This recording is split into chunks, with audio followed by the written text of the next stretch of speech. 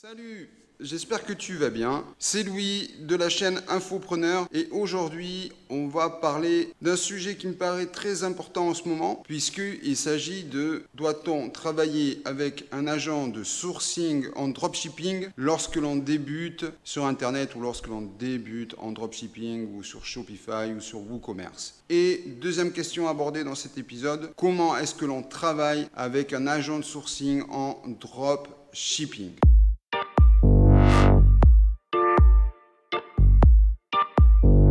Comme indiqué dans le titre de l'épisode, je vais t'expliquer pourquoi, à mon avis personnel, quand tu débutes sur Internet, quand tu débutes en dropshipping, il ne faut pas mettre la charrue avant les bœufs. Tu dois monter ton site, tu dois trouver un produit winner, tu dois tester tes audiences, tu dois mettre en place toutes tes pages, conditions générales de vente, mentions légales, à propos, retour, remboursement. Tu dois avoir une équipe de service client aussi qui est opérationnelle. Tu as du travail. Et je pense que chercher un agent de dropshipping quand tu débutes, c'est une perte de temps pour toi et une perte d'énergie. Pourquoi? Parce que comment est-ce que l'on trouve un agent de sourcing et de dropshipping? Soit dans des salons professionnels, soit par Internet, soit par recommandation. Dans tous les cas, ça ne court pas les rues. Même s'il y a de plus en plus de gens qui se lancent dans cette profession, et c'est tant mieux parce que, a priori, les agents de sourcing ou les agents en dropshipping sont majoritairement anglophones ou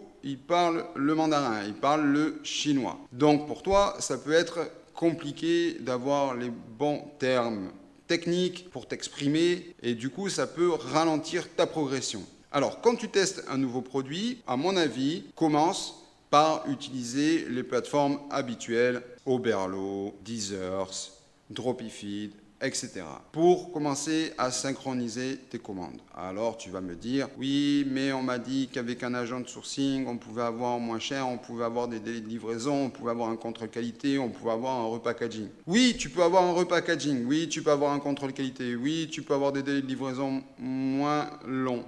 Mais les tarifs, il te faudra quand même des quantités. Un agent de sourcing ou un agent en dropshipping, ça ne se paye pas au lance-pierre. Tu auras besoin d'avoir un minimum de quantité de livraison. Alors, je sais, peut-être je me répète, mais ou peut-être je l'ai déjà dit, ou peut-être je te le redirai encore, mais tu trouveras certainement un agent qui t'acceptera dès la première commande, qui te dira oui, je peux le faire pour toi, mais si un jour il n'est pas là, ou peut-être un jour il a un autre client, il va privilégier. Il va prendre tous les clients, mais voilà, est-ce que toi tu auras un bon service derrière? Ne perds pas ça de vue. Reste focus sur tes audiences, sur le nombre de ventes que tu vas organiser. Je pense que tu as déjà largement suffisamment de travail. Alors je sais, les ventes de formation en ligne explosent et tout dit qu'il faut aller de plus en plus vers les agents d'expédition. Je suis d'accord. Mais si tu veux vraiment avoir un agent d'expédition, alors pense à faire du stock. Parce que faire du dropshipping pur en disant un coup je vais avoir 3 commandes, un coup je vais en avoir 6. Après, il y a bien des jours de la semaine où l'e-commerce est moins bon les uns que les autres. On n'a pas tous les jours le même nombre de ventes. Ça se saurait, sinon il y a des jours qui sont plus difficiles que les autres. Je pense notamment au mercredi, des fois le dimanche aussi, des fois ça vend bien, des fois ça vend moins bien. Donc, peut-être que tu pourras trouver un agent de sourcing si tu fais du stock, mais pas à 20 pièces. Si tu fais 50, 100 pièces, 200 pièces. Je pense qu'il faut que tu puisses au moins avoir du stock pour une semaine, 2 semaines, voire un mois. En plus, comme ça, tu pourrais personnaliser ton packaging. Parce que pour checker un bon agent, c'est important de savoir s'il va pouvoir stocker tes produits. Parce qu'un agent qui ne stocke pas, qui n'a pas la capacité de stockage de produits, c'est peut-être quelqu'un qui sous-traite pour un autre agent. Donc, ils sont peut-être 1, 2, voire 3. Et puis, en plus, ça va te permettre de diminuer les temps de traitement de commande. Si tu vas chercher un agent, c'est pour au minimum réduire tes délais de livraison. Maintenant, quand on te dit oui, avec un agent, tu vas baisser le prix des produits, oui, si tu fais du stock, 50 pièces, 100 pièces, 150 pièces, 500 pièces, 10 000 pièces, 50 000 pièces.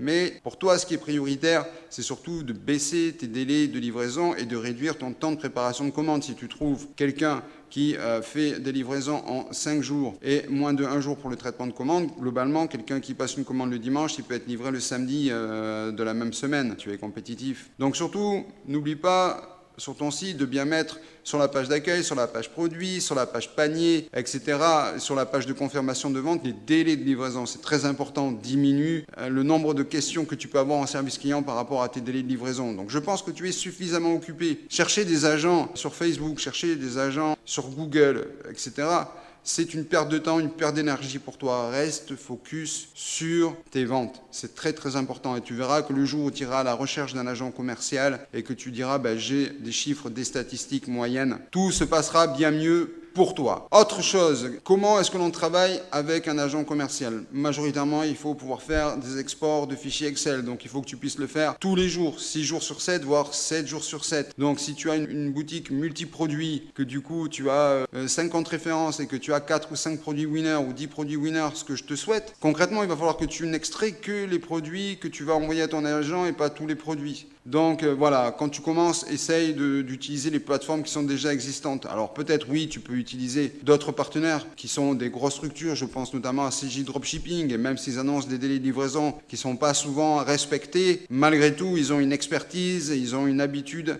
et ils ont des outils qui se synchroniseront très facilement à ton WooCommerce, à ton PrestaShop ou même à ton Shopify. Donc je ne veux pas te décourager, toi qui te lances dans le dropshipping, je veux juste t'amener à comprendre concrètement les choses.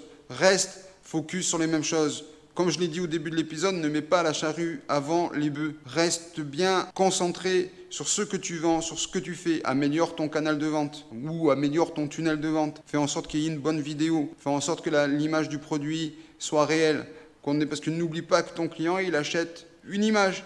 Donc, fais en sorte de convertir, d'avoir un taux de conversion le plus élevé possible. Je pense que ça te fait énormément de travail déjà à gérer toi dans ton marketing avant d'aller perdre ton temps à chercher un agent de sourcing. C'est une solution, mais ce n'est pas la solution ultime. Tu as de quoi déjà commencer à travailler. Donc, pour travailler avec un agent, il te faudra un minimum de commandes. Sinon, tu ne négocieras pas de prix et des fois, il te fera passer derrière des clients qui ont plus de volume que toi. Deuxièmement, check la qualité au maximum. Check les délais de livraison si tu peux, mais reste focus sur les plateformes qui existent déjà. Enfin, pour finir cet épisode, parce que c'est le début de la semaine, demain, je te ferai un nouvel épisode, puisque tu le sais, avec le coronavirus, on n'a pas beaucoup d'informations réellement. On sait que ça va reprendre le 27 février, le 2 mars pour certains, et tu as donc besoin encore de sourcer tes produits. Je te fais un épisode que je mets ici pour ceux qui regardent maintenant l'épisode, pas le jour de la sortie de celui-ci, mais qui le regarderont après la sortie de l'épisode de demain. Je te fais un épisode où je te présenterai une dizaine de plateformes internationales de dropshipping. Il n'y a pas que AliExpress. Alors, c'est des plateformes qui vont te permettre de vendre partout dans le monde, parce que comme tu le sais, je suis un fervent défenseur du développement à l'international, puisque la France est 1% de la population mondiale. Alors, pourquoi te priver d'aller attaquer d'autres marchés? Et ça te permettra de te tester en anglais, justement, avant de pouvoir discuter avec des partenaires commerciaux, des agents de sourcing, qui, eux, ne parleront majoritairement que le chinois et l'anglais. Et en plus, l'avantage, c'est que tu vas pouvoir développer ton chiffre d'affaires et du coup plus facilement négocier avec des agents commerciaux. Sur ce, j'espère que cet épisode t'aura plu. N'oublie pas de lâcher ton petit pouce, de partager surtout, mais de partager avec tes amis, de partager avec les gens de ta communauté et surtout de laisser des commentaires.